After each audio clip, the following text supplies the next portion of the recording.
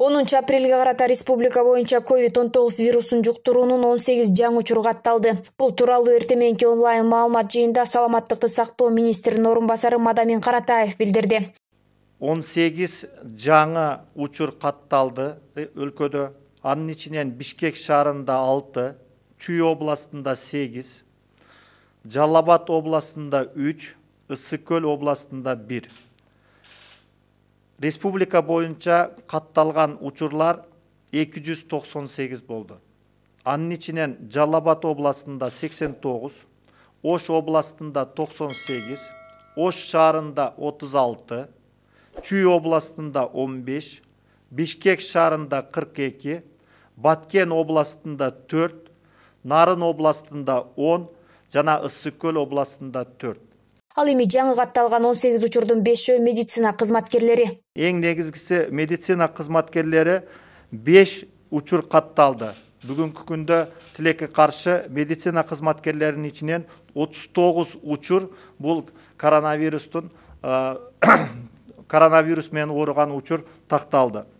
Коронавирус илдетин жугузуп алгандардын абалы учурда дарыгерлердин көзөмөлүндө. Каратаевдин айтымында бейтаптардын арасынан 8 адамдын абалы оор. Мындан тышкары маалымат жыйында орун басарга суроо узатылып, Кыргызстанда коронавирус жуктуруп алгандардын арасында кош бойлуу аялдар бар экени белгиленди. Ал эми Каратаев кош бойлуу аялдар дарыгерлердин өзгөчө көзөмөлүндө экенин айтты. Если в случае наступления родов персонал вовлеченный в данных отделениях подготовлен, обучен.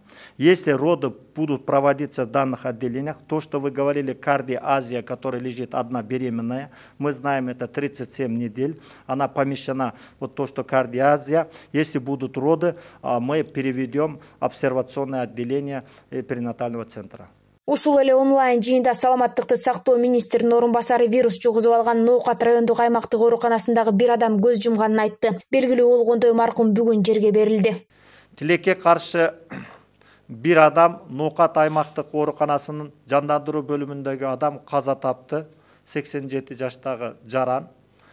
Мен мүмкүнчүлүктөн пайдаланып, өзүмдүн атынан, саламаттык сактоо министрлигинин атынан алардын туугандарына, бала чакаларына көңүл айтып коюуга уруксат этиңиздер, жаткан жери жайлуу болсун, топурагы торко болсун. Ал арада коронавируска каршы түзүлгөн республикалык штаб маалымат таратып, Пакистанда Кыргызстандын 1947-жылы туулган жараны жүрөк оорусунан каза тапканын, анда COVID-19 инфекциясы да бар экени айтылды. Көз жумган жарандын экинчи тесттеринин жыйынтыгы күтүлүп жаткан, ал карантиндик зонада болчу. Улгайган курагынан улам анда башка туаса илдеттери да өрчүп кеткен. Маркумдун туугандарынын макулдугу менен сөөгү Пакистанга коюлду. Жалпысынан Пакистанда коронавирус инфекциясына чалдыккан Кыргызстандын 7 жараны бар болчу. Кыргыз Республикасынын президенти Сооронбай Жээнбеков бүгүн 10 апрелде түрк тилдүү мамлекеттердин кызматташтык кеңешинин видеоконференция форматындагы кезексиз жыйынында коронавирус инфекциясынын жайылышы жана анын кесепеттери менен күрөшүүдөгү күч-аракеттерди бириктирүү боюнча бир катар сунуштарды киргизди. Бул тууралуу президенттин аппаратынын маалыматтык саясат бөлүмү билдирди. Мамлекет башчы чек аралардын жабылышы элди жана дарыгерлерди медициналык колдонуучу каражаттар менен камсыздоого өз салакасын тийгизип жаткандыгын билдирди. Муну менен катар Сооронбай Жээнбеков уюмга мүчө мамлекеттердин арасындагы товарларды экспорттоо баасын төмөндөтүү, аларды жеткирүүдөгү административдик жана бажылык алымдарды жеңилдетүү механизмдерин иштеп чыгууну керектигин белгиледи. Мындан тышкары азыркы күндө кеңешке мүчө өлкөлөрдүн көптөгөн жарандары коронавируска тиешелүү киргизилген чектөөлөрдөн улам өз мекендерине кайта албай, башка өлкөлөрдө калгандыгын кошумчалап, түрк мамлекеттеринде калып калган кыргыз жарандарына көмөк көрсөтүүнү суранды. Коммерциялык банктарга насыяны убагында төлөбөгөндүгү үчүн туум жазбоо сунушталды. Бул тууралуу өкмөт үйүндөгү маалымат жыйында Улуттук банктын расмий өкүлү Аида Карабаева билдирди. Биринчи, кредиттик келишимдердин шарттарын кайра карап чыгууга байланышкан комиссиялык жана башка төлөмдөрдү чегерүүгө жана алууга тыюу салынган.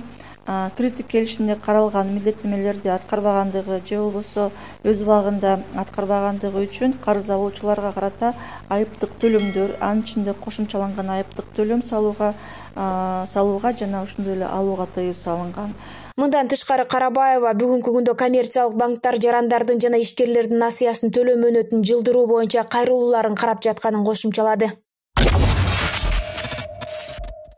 Бүгүн 10 апрелде Борбор калаанын коменданты Алмазбек Орозалиев Бишкектеги коменданттык саат тууралуу маалымат берди. Анда ал Бишкек милициясы коменданттык саат учурунда акча салынуучу терминалды уурдап кеткендердин изине түшкөндүгүн айтты. Данный факт был зарегистрирован в едином реестре преступлений и правонарушений УВД Свердловского района. Начато досудебное производство по статье 200 Уголовного кодекса Кыргызской Республики.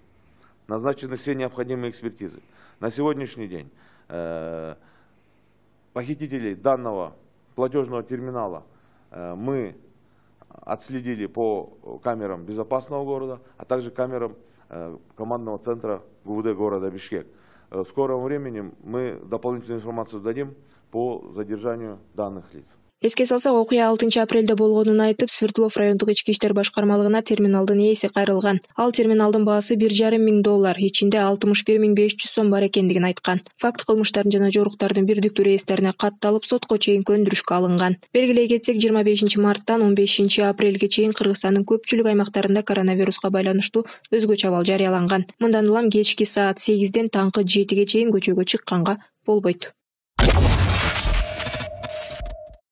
Социалдык түйүндөрдө Айгерим Иманалиева аттуу жараналар жашап жаткан батирдин ээси бүгүн 10 апрелде ишке кууп чыкканын билдирип, баракчасына видео жүктөдү.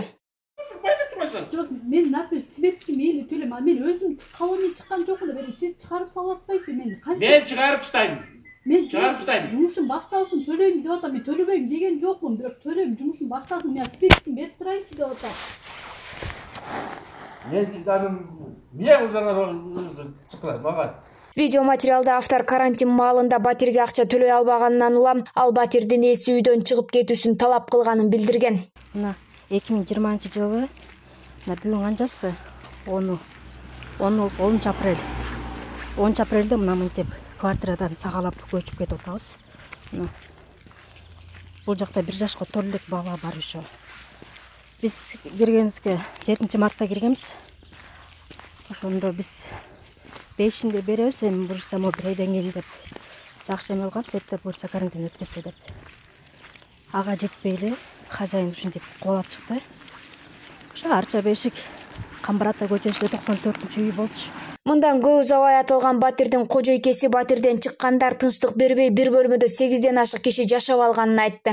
Кызы бир кыз 2 баласы менен сиңдиси менен келген.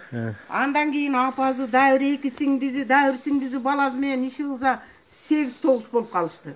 Бул күйөөм жок деген бул кыз. Анан күйөөсү мурда күнү келген, келип кирди. Анан кирип чыгып жүргөн. Кече күнү түштөн кийин ушул жерде ызы чуу болуп чыгышты, кыйкырышып. Апасы бакырып, сиңдилери бакырып, ызы чуу болуп. Андан кийин эле мен наушкам чыкты, эмне болуп кетти деп. Анан чыккандан ушундай телевизор талкалады, бизди сабады дейт. Анан мен наушкам тиги күйөөсүн эшикке чыгарды, бар эле бар деп. Анын артынан кайра аялы ээрчип кетти. Бекте кайнына пайнеси калды. Анан биз айттык, ызы чуунун бизге кереги жок. Алышкан 74кө чыгып калган. Мен 67ге чыгып калган. Түшүнүктүү, эми ичин көрүп алсак болобу, ичин,